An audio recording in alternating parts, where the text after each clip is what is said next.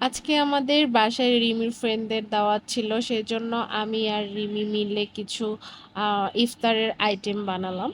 বানিয়েছি meat box, তারপর cheese ball, এগুলো মেনলি রিমি বানিয়েছে আর আমি যত ভাজা পোড়া এগুলো বানিয়েছি।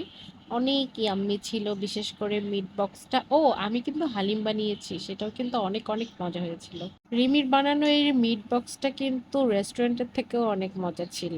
যাই হোক, ও কিন্তু অনেক মজার মজার নাস্তা বানাতে পারে, কিন্তু বানায় না, ও একটা কাজচুন্নি। কিন্তু ওই আমাকে অনেক অনেক হেল্প করে।